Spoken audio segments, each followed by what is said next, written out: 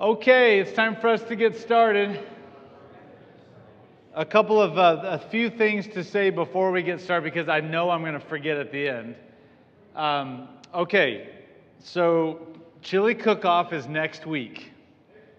And when we go over for dinner tonight, there are some sign-up sheets for those who are going to bring chili. That just helps us know how much stuff to get to help you with your chili. And so if you're planning to make a chili, we would love for you to do that. And we really need as many submissions as possible so we can knock off the Roberts. That was made clear on Sunday. That's the key aim here. Okay. And raising money for our youth. Okay. Secondly, our choir who's headed to New York City in May, they're going to have some pie order forms over in the Family Life Center if you want one of those as well. And then thirdly, tonight, we hope to be the final game of the World Series. And so, yes, and we're already all gathered up here, and we have this really big, awesome screen that we just purchased. So we would love for you to stay and watch the game with us if you'd like. After dinner, we're going to put up the screen and project it, and we're just going to have a good time together yelling and screaming, and we hope we get to walk home with a win. Yeah, that'd be really fun. Not in here, over in the FLC. Yeah. Would we win? Would we have a better chance to win if we came into the sanctuary? That's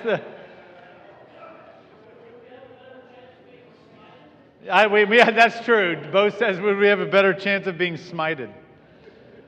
Okay, so it's time for us to start Bible study, and we're going to start today in Mark chapter 6. We're in this final section of Mark 6, and if you just look at the top of the heading of your section here, mine says Jesus walks on water. And so I wanted to start our conversation tonight. For me, this is one of those moments that I would love to have seen in person.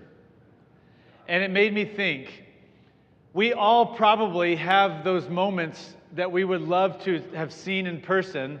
And I would love to hear from you. Is there one particular moment or story from the Bible that you would just have loved to see in person, loved to just been there, like Jericho?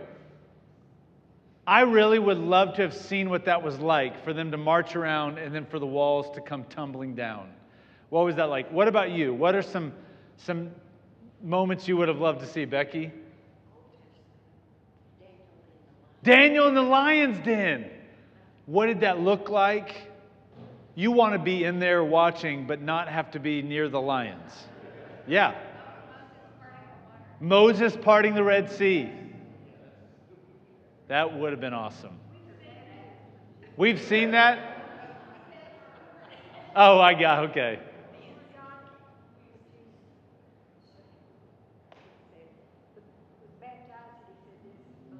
Oh, when the dove came down over Jesus as he's being baptized.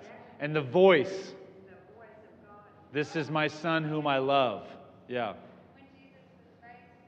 Well, yeah, okay, resurrection would have been amazing. No one saw that. Diane? Oh, yeah.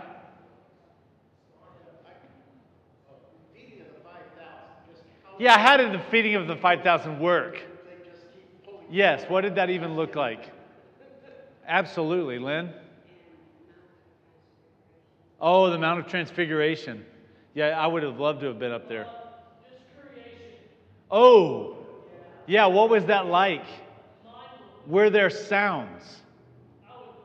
If no one is there to hear creation, is there any... yeah. I don't know. It was nothingness. I don't know. Any others before we get started? I would have loved to see Jesus walk on the water. We had a moment when we were on the Sea of Galilee almost a year ago, actually.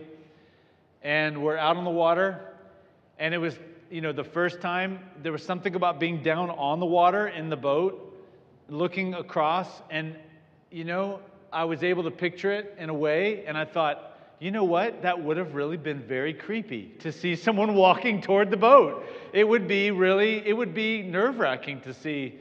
And I loved being able to try to picture it, but man, I would have loved to see it in real life. So here we are in verse 45. Let's dig in as we read together. Not read out loud together, I'm sorry. Did we read? I thought we fed the 5,000. Oh. Okay, I'm so sorry. That makes a lot more sense because my bookmark thing got messed up this week. And I thought, oh yeah, it's right there. It just got turned around. Okay, here we go. We're starting with the feeding of the 5,000. Also a moment that we would have loved to see in person. So that whole intro wasn't blown. Okay, verse 30. The apostles gathered around Jesus and reported to him all they had done and taught. Then because so many people were coming and going that they did not even have a chance to eat, he said to them, "Come with me by yourselves to a quiet place and get some rest." So they went away by themselves in a boat to a solitary place. But many who saw them leaving recognized them and ran on foot from all the towns and got there ahead of them. When Jesus landed and saw a large crowd, he had compassion on them because they were like sheep without a shepherd. So he began teaching them many things. By this time it was late in the day, so his disciples came to him. "This is a remote place," they said, "and it's already very late. Send the people away so they can go to the surrounding countryside and villages and buy themselves something to eat." But he answered, "You give them something to eat." They said to him, "That would take 8 months of a man's wages. Are we to go and spend that much on bread and give it to them to eat?" "How many loaves do you have?" he asked. "Go and see." And when they found out, they said, 5 and 2 fish. Then Jesus directed them to have all the people sit down in groups on the green grass. So they sat down in groups of hundreds and fifties, taking the 5 loaves and the 2 fish, and looking up to heaven, he gave thanks and broke the loaves. Then he gave them to his disciples to set before the people. He also divided the 2 fish among them all. They all ate and were satisfied, and the disciples picked up 12 basketfuls of broken pieces of bread and fish. The number of the men who had eaten was 5,000. Okay. Just wrap your brain around it for a minute, or try to at least. What is it that you're noticing in this passage? What are some observations you're making? Sandra. Great, that's a great observation. Men are named as are you specifically speaking about at the end? At the very end, yeah. Just 5,000 is the number of men. Okay, what else? Tiffany.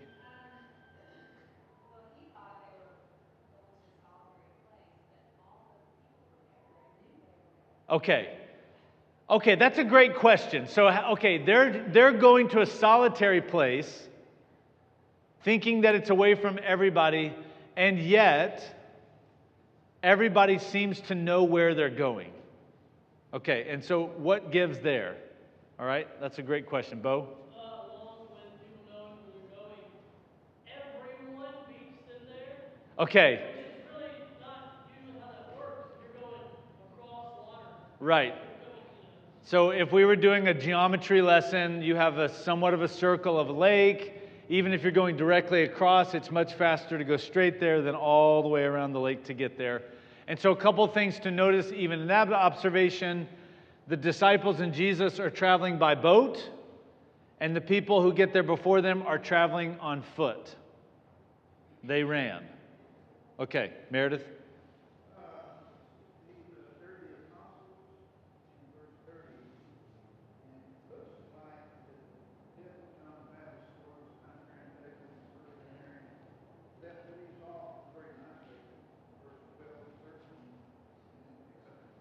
Okay, so really helpful. Let's just try to make this. All right, so if you go back into the earlier part of Mark chapter 6, there in verse 6b, Jesus sends out the 12, and then Meredith is noticing that there in verse 14 all the way through verse 29, there seems to be what he called a parenthetical note about John the Baptist being beheaded. It seems that way for a number of reasons. The flow of the story shifted, focus on the 12, now refocus on the 12. what do you do in between? And there's this story about John the Baptist being beheaded.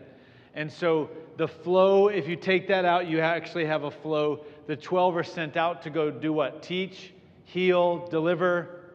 And now they're coming back, which we actually hear. They gather around Jesus and they report to him all they had done and taught. If you were making a movie, this would be a great little montage, little moment where you get a break so that you don't have to think about the fact that they're gone for a long time, and then now you come back because they're back. So great observation. Lynn?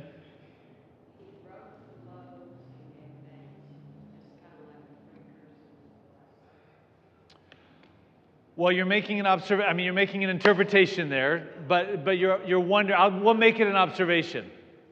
Is this a foreshadowing of the breaking of the loaves for the Last Supper? That's the question. Yeah. It's a good one. We'll put a. That's right. He breaks the loaves and he gives things. So great observation. We'll put a pin in that one. Okay, what else are you noticing, Greg?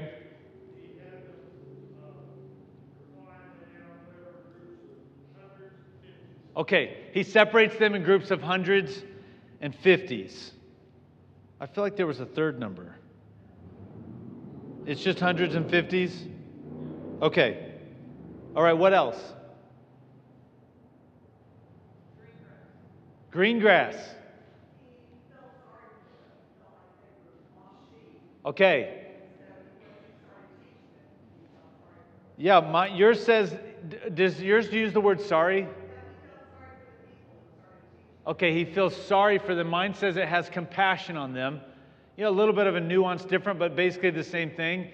And then we get a reasoning. They're like sheep without a shepherd. And from an observation standpoint, I would say, what in the world does that even really mean? What would it be? What does it really mean for some group of people to be like a sheep without a shepherd? Yeah. Well, we're not going to answer it yet. Okay, Nancy?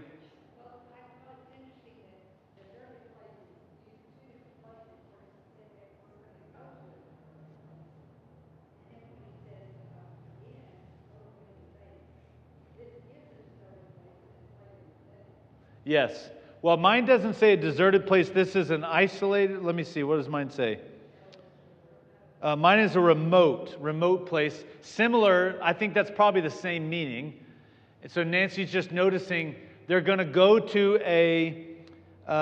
Mine says solitary place, and they end up being in a remote place. Those are all synonyms, aren't they? Deserted, solitary.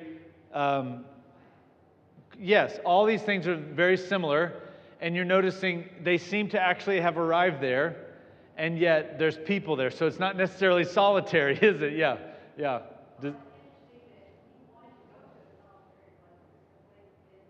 Okay, so great observation. That's right. Verse 31 says, because so many people were coming and going, they didn't even have a chance to eat.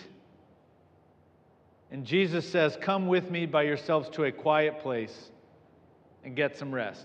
So you're noticing the reality of their moment is that they seem to be tired. And so we can just say, okay, why are they tired? That's the question. And we know we can kind of reconnect it to the verses that are before.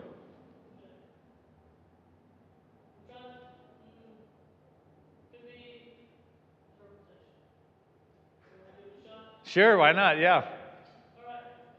So the people, he said there are sheep without a shepherd. Right. Right?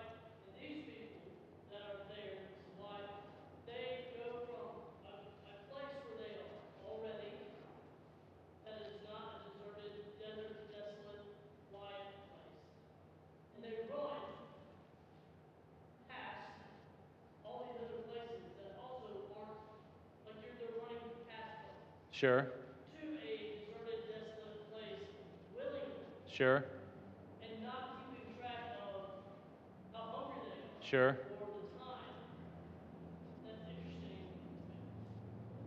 That they would leave places. Sure. Totally lose track. Yeah. Not there. And know where he's going. Yeah. Like, they're like, oh, I see him going to So the observation would be that it's amazing. This large group of people are so desperate to get to him. They're actually running through places that are inhabited to get to a deserted place just to meet him. And yeah, yeah, knowing there's no food, not packing any food with them. Absolutely, yeah. Well, he's just making a guess by looking at a map. It could be interpretive. Yes, Nancy.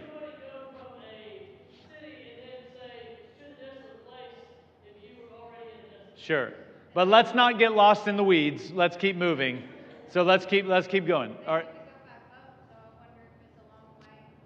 Yeah, the disciples end up going by boat. I think it's a really important thing just to note, though, we haven't really observed this. The disciples go by boat, and it really does, that's supposed to be the more direct route, and yet these people are running across. And now, having been at the Sea of Galilee, you can run the whole lake in a day. It's not that massive, okay? But you run. I do run, yes, yeah, but you can get across in a day. I mean, it's not that big of a deal. But the fact that they took the more circuitous route is a fascinating thing, and I would wonder what that really means. Mark?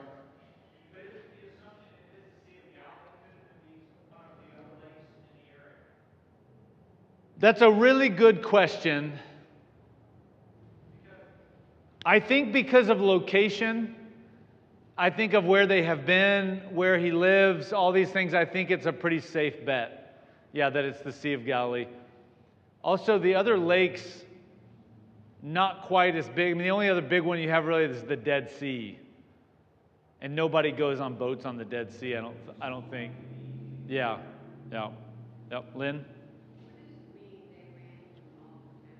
Okay.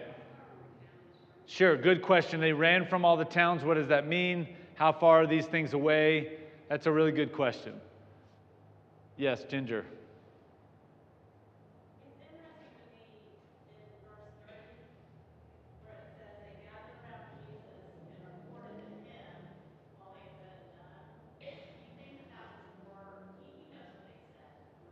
Oh.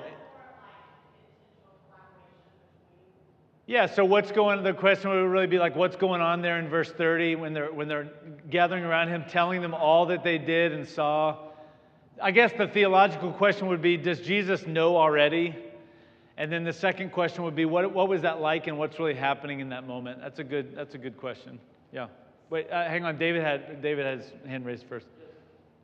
The disciples have a couple of practical solutions to this. Okay, great. Okay, thank you for bringing us back on track. Okay, so the disciples really do have some very practical solutions in mind. Can you tell us what those practical solutions may be? First, they say, "Well, send everybody off Yes. to get some food."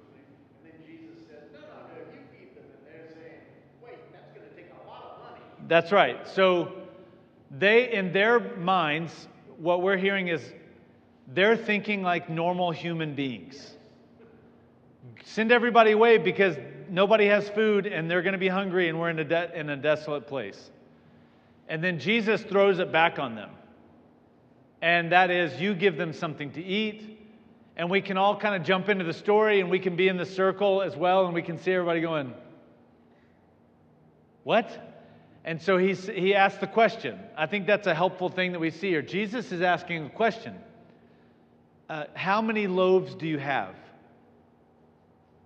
And they say, 5 and 2 fish. And he says, give them to me. He doesn't actually say that in this passage. Then they have everybody sit down, and they're thinking in terms of like, this is going to be really expensive, and so just get them to where they need to be. Yeah, I love jumping into that part because this is the moment where you're like, what?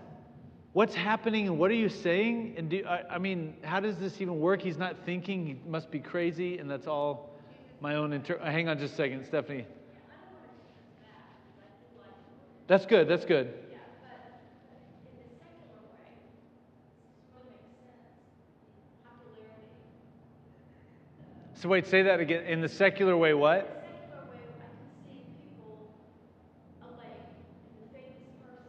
Yes. desire to be around. And then we circumvent and we go, hey, hey, sinner, come with me. We go, we can meet him, we can still, we can see him again, we can hear him again, we can touch him again. Yes. And so for them to just randomly gather by 5,000 on the other side, waiting and circumventing his mountain rest, and then the dilemma of he's late. Yeah, I think you're just helping us understand the human perspective of the desperation and the desire for people to see this man who has done a lot of signs and wonders, and they're trying to get to that place. Sorry, go ahead. Trying to use that enemy loves you have Lord see, take you saying like you can do this kind of thing. Oh, yeah, so before we jump into that, yeah. So he tells them, here's 5 loaves, 2 fish, have everybody separate. We're not told how he gives them the food. We're not told if they were surprised as they were giving the food. We have no idea what the mood or the attitude is, but the next thing we know is that everyone eats to their fill, and they collect 12 basketfuls of leftovers. And then we get a number. 5,000 men. Greg. At the end of 42, it says he, Jesus, kept giving them to the disciples to set before them, and he divided up the 2 fish among them all. Oh, at the end of 41? Yeah. Then he gave them to his disciples to set before the people. He also divided the 2 fish among them all. And yours says he kept giving them? He kept giving them to the disciples to set before them. Interesting. Yours uses the word kept. Okay, now we're back into trying to really get the sense of how these interpreters of the Bible have taken the Greek and tried to make sense of it in our life. You know the difference between those 2 things that were said. He set them before the disciples for them to give to everyone, and he kept giving them to the disciples, kept setting them. Those are 2 different stories, aren't they? And it's not something that changes our salvation. And it's not something that changes the power of Jesus in a miraculous moment. But it definitely changes our view of what's actually happening. That's a fascinating thing. I would love to look at the original Greek just to see. Diane?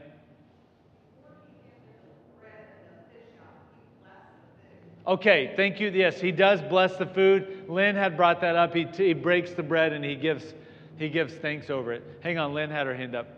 Were you going to say something, Lynn? Oh, yeah. What translation do you guys have? Well, we had 2 with it. What translation do you have? New American Standard? Okay, so the Ryrie Bible? Okay. Yeah, that's so fascinating. Okay. What do you mean when they picked it up, it was broken? Oh, okay, yeah. It didn't come back together. Yeah. Yeah, it's exactly how he broke, yeah.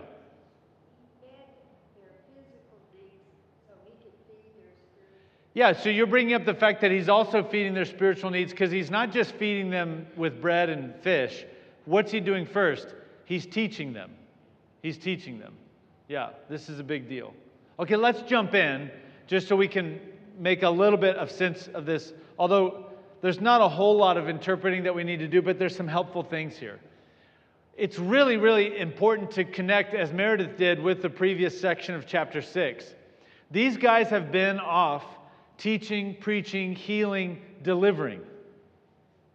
And this is something they've never done before. And they're doing it with the power of Christ in them. And now they come back, and Ginger, as you're noticing here, they're having this little powwow with Jesus to tell them everything that they saw and did and taught. They're sitting with their rabbi. I don't know, I'm not sure we can know, if Jesus, in his omnipotence, omniscience, knew everything, even though he's fully human as well. I have no idea. I think, though, more importantly, it's like your kids coming home and they're telling you everything that happened during that day, and your job is to help them process it, to celebrate it, to give them pointers on how to do it different next time. You know, all of these little things are happening with the rabbi and his disciples. And what he's noticing is they are exhausted. They're exhausted. But guess what? Because of all the things that they have done, all of these people are swarming around them. And so really, Stephanie, your point is a great one that's made, not just the fact that they want to run all the way around the lake to find him, because it's also in this moment, after these disciples have gone out doing all this stuff, word has gotten out. And people are desperate to see something great and grand. And in the book of Acts, they're called signs and wonders. And it's why thousands of people will gather up in different venues to watch someone who claims to be a healer throw people on the ground, you know? Because we are desperate to see these signs and wonders, because it's the signs and wonders that are like fireworks. It's something we can see and touch. Well, we can't really touch fireworks, but it's something we can like have right there to say it's real. It's real. And it's why we're so desperate to see them as well. And it's a really wonderful thing to build faith in people. But think about 5,000 men come to see him. How many are left when he's on the cross? This is the danger of relying in our faith on signs and wonders alone. If we're going to base our faith and understanding of who Jesus is only on what he can give to us, only on the power that he can display so that we can write it in our journals or take a video of it or whatever, we're going to ride a roller coaster of emotion and faith that will leave us deserting him when things don't go our way. But they're desperate, aren't they? They're oppressed by Rome. They're oppressed by their religious leaders. They're desperate for the Messiah to come. And this is the first time that anybody who has been in their right mind, who has professed to be Messiah, has taught things that were amazing and done all of it to even the poor and the lame and the sick. And so now this is huge. They're desperate to see him. So Jesus, recognizing his disciples are exhausted, he says, hey, let's go take a little break. They get in the boat. They head to this location. And when they get there, all of these people have run. And they can see it's probably the same people. They have run all the way around, and they've met them there. And I wonder, this is total opinion. So just hear that as it is. I think it seems to me when they get off the boat and they see all this, I can just imagine the disciples going, we just said we were going to take a break. And it's as if Jesus says, I'll take this. He steps off the boat and he begins to teach them. And he has compassion on these people. This same desperation that brings them all the way around the lake is the same thing that makes him have compassion on them. Bo, I think you're right in what you're saying. The fact that they have gone from all these places to an isolated place just to see him, it shows how desperate they are, and it means they don't have anyone leading them. They need a rabbi, they need a teacher, they need a healer, and so he gets after it. You can just imagine him setting up shop. Okay, I'll sit here and teach. He begins to teach them, and as he does, people are staying. But the disciples, who not only have the role of being his students, they also have the role of being his helpers. He's just sent them out. And they're beginning to think very practically, David. And they're going, it's getting really late, and we know about how far we are from all these places. And we brought food because remember, we were hungry, and we didn't even have time to eat because there's all these people. We have enough food for us. Now, in other Gospels, it says that there was a boy who had the food. You remember that? In this, it seems as if they're the ones that have it. And they say, hey, Rabbi, you need to send everybody away. And he has this amazing response. You give them something to eat. And in a moment, he has handed them the reins to ministry, responsibility. And they can't imagine what they would do. So they kind of waffle. That would cost so much money. And we don't have it. And so he asked them this question, how many loaves do you have? And I've preached a sermon on this before that I think what he's saying in this moment is he's saying, when you're serving me in my power, all I'm asking for you to give is everything that you have. And I'll do the rest. Paul tells us this story about how he's had this thorn in his side. And he's asked for the Lord to take it away. 3 times, he says, he prayed. And the Lord's response to him finally was, my grace is sufficient for you, for my power is made perfect in your weakness. And the disciples are standing before them in weakness, aren't they? This is all we have. And Jesus' response really is, that's enough. I mean, how many times do we feel called by the Lord to do something, but we say, I don't have enough?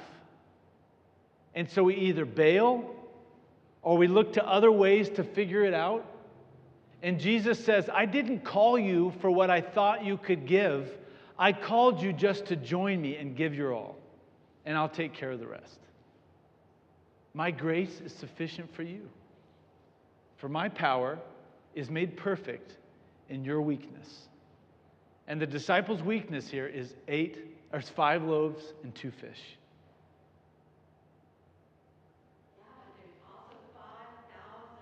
That's right, that's right. Yeah. Yeah. Yeah. I imagine Jesus breaks the bread. I have no idea what he gives it to them in.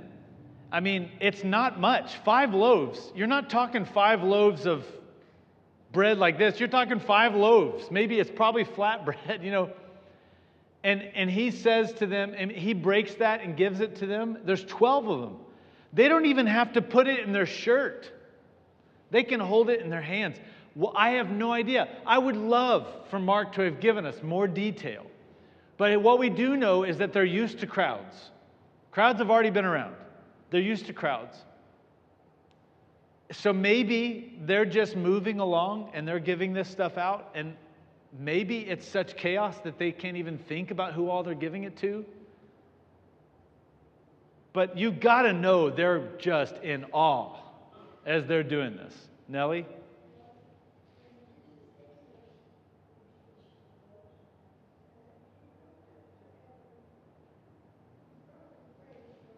Yeah. Yeah, Nellie's saying as he takes the bread and the fish, he looks up to heaven, and he probably prayed, Lord, do your magic. No, I mean, who knows what he says, you know. Hey, Lord, work through me. Work through this. And he goes about his business. It's amazing. Terry? Say that again.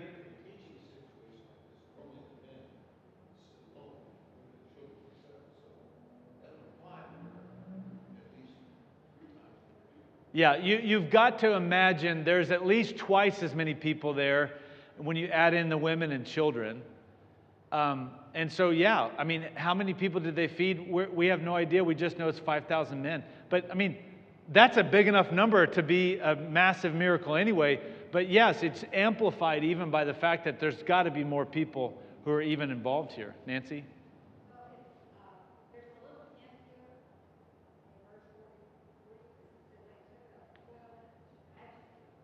Yeah.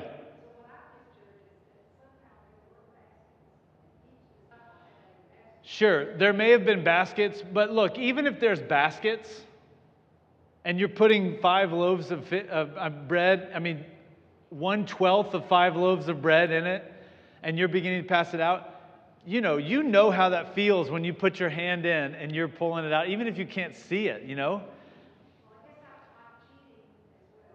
Okay. Yes. Yes, but the chosen is making their own interpretation of how this is going to be.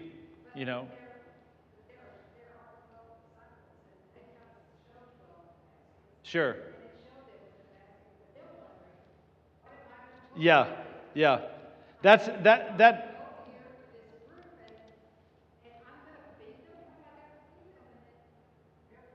Yeah. I do think the chosen handles this very well, but also you have to know this is the chosen making a decision on how to portray it. We have no idea. We have no idea. Nellie.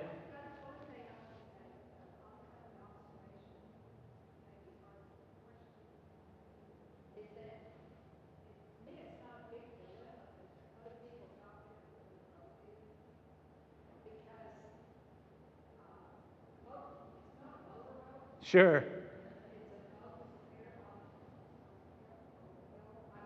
Yes.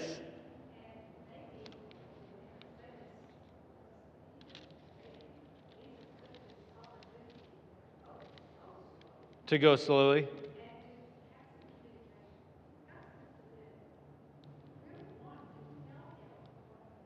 Yeah.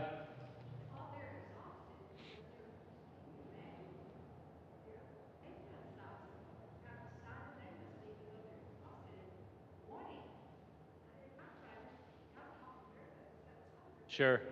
Yeah. I think that's a good perspective. I don't think the point of the story is to be in awe of the fact that the people make it all the way around before they get there. I think you're right about that. And it very well could be that Jesus is using this moment to let his disciples rest and to process with them. Again, the text, that's not really the focus of the text, but it'd be a wonderful thing to know that, yeah, he's concerned with caring for them. The point, though, is that they're clearly desperate, these people who are getting around the lake, and they're spiritually hungry for what they're going to find. Yeah, Nellie?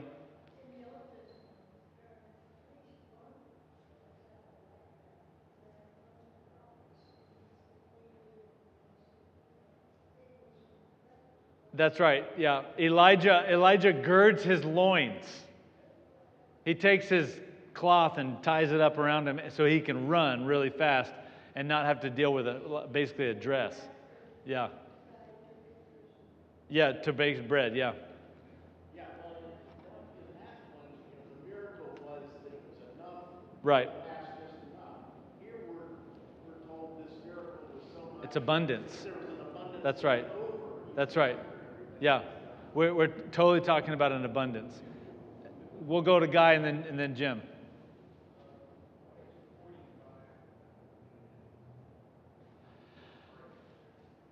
You're wondering why verse 45 is not included in this section? You feel like that would make a better end? Immediately Jesus made his disciples get into the boat and go on ahead of him to Bethsaida while he dismissed the crowd. It could have been.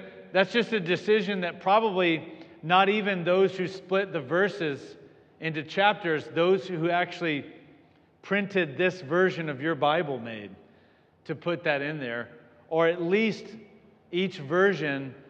Does anybody have verse 45 in the section that we're in right now? No. Different places, different interpretations do that, and so it's really kind of an interpretive decision. But yeah, it would be a good. I mean, really, you're reading all of it at once is Mark's intent. So, but yeah, it would put a good cap on the end of that one. Yeah. Jim, what were you going to say? Jesus told the disciples to give everything they had to take care of the crowd. Yeah. Yet at the end, they all walk away with the basket. That's a great point. He tells them, give everything you have, and yet at the end they walk away with abundance. With more than, yes, yeah, more than they start with. And I think that's really a beautiful story of our own spiritual life too. I mean, the call of Jesus. I mean, we've said this before. What does it take to follow you? And Jesus' response is what? You should deny yourself. Take up your cross daily and follow after me. And that's the absolute surrender. That's the total abandonment of all that we have. He says, when you follow after me, you don't have a place to lay your head. And yet, what you find is the great picture we're going to see this weekend as we have All Saints Sunday, Revelation chapter 7. The saints of God are standing around the throne, and there's no more weeping or crying. There's no more disease. It's a beautiful picture of the abundance that we receive in the kingdom of heaven, for sure. Bo? I have found that Greek for that. Yeah. Yep. Yep. If you want to look at it, I don't know if anyone else besides us knows Greek. Can you interpret it real quick? It's already interpreted. Does it have the word kept? There is no kept, but it looks like one of them is in a perfect pairs. Okay. So it just Continual. Yeah, so that really is a fascinating thing because that's an interpretive decision. And I could see someone wanting to put that in there just for the sake of this helps explain all of this stuff, you know. Okay, it's time for us to close. So, what were we going to say? I was thinking about when we studied that and said it, the disciples had taken nothing with you. Yeah. He provided for them. Yeah, that's great, Jackie. I'm glad you brought that up. She's just remembering in the section before, he says to the disciples, don't take anything with you. And now they've gotten their stuff back. They're back with Jesus. They're not on this journey, but he provides everything they need. And I think that's a wonderful thing. Next week, he's going to walk on water. So he's going to go from this moment of feeding 5,000 to walking on water, and it's going to be fun to see how he gets there. Were you going to say something, Jill? Go for it. I just can't imagine the people's response to what's going on. Yeah. They wouldn't start praising and screaming and realizing food was coming their way. Also, Christ had said to others before this, don't tell them. That's right. And this is just display This this. is very public. And he seems to be moving away from his curb on saying, don't tell anyone. He's now moving more into the public eye with all these things, which I think is why 5,000 people have followed him. But the bigger the crowds, the more well-known these miracles are going to be. Yeah, absolutely. Okay, well, let me say a prayer for us. And I do know it's goulash tonight, but we're spelling it with a Ghoul.